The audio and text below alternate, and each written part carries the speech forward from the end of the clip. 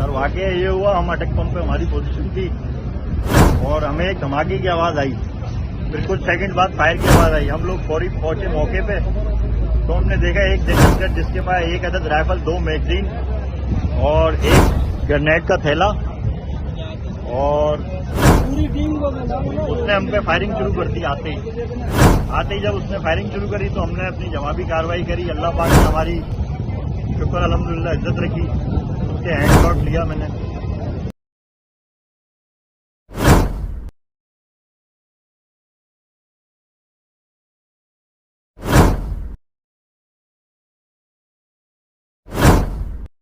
यार ये अचानक खुदकुशी धमाका हुआ, हमें पता भी नहीं था।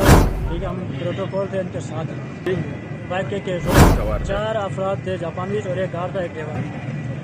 ये धमाका हुआ, अचानक धमाका हुआ, बंदा छुपा हुआ था, उसने और 2 अफराद थे, पता नहीं 3 अफराद थे।